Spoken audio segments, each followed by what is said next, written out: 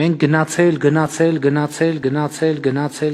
ենք ինքնորոշման իրավունքի հետևից եւ գնացել հասել ենք 1996 թվականի ՀԱԿ Լիսաբոնի գագաթնաժողովի։ Հիմա 1999 թվականի նոյեմբերի 30-ին տեղի ունենում մյուս գագաթնաժողովը, Ստամբուլյան գագաթնաժողովը, որտեղ քննարկվում է Եվրոպայում անվտանգության խարտիա։ Ասում եմ, որ շատ լավ, այո, իրավունքները ազգային փոքրամասնությունների պետք է պահպանվեն,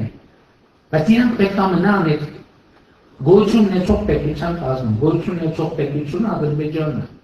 Որտեղ 1993 թվականին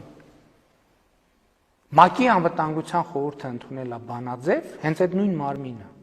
որը ինչպես գիտենք միջազգային իրավակարգի բարձրագույն մարմինն է,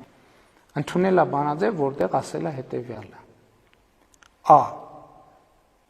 Ադրբեջանի Լեռնային Ղարաբաղի տարածաշրջան։ Ասել է հետևյալը, որ ճանաչում է Ադրբեջանի տարածքային ամբողջականությունը եւ սահմանների անխախտելիությունը։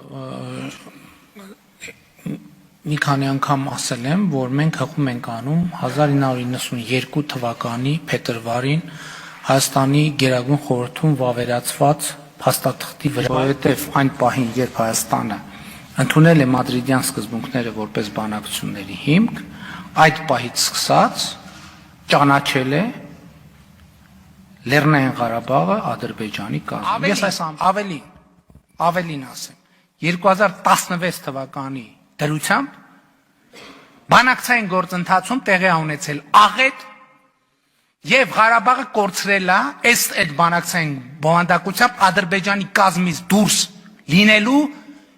գործնական եւ տեսական բոլոր հնարավորությունները։ Ասում եք, ասեք Արցախ, հետո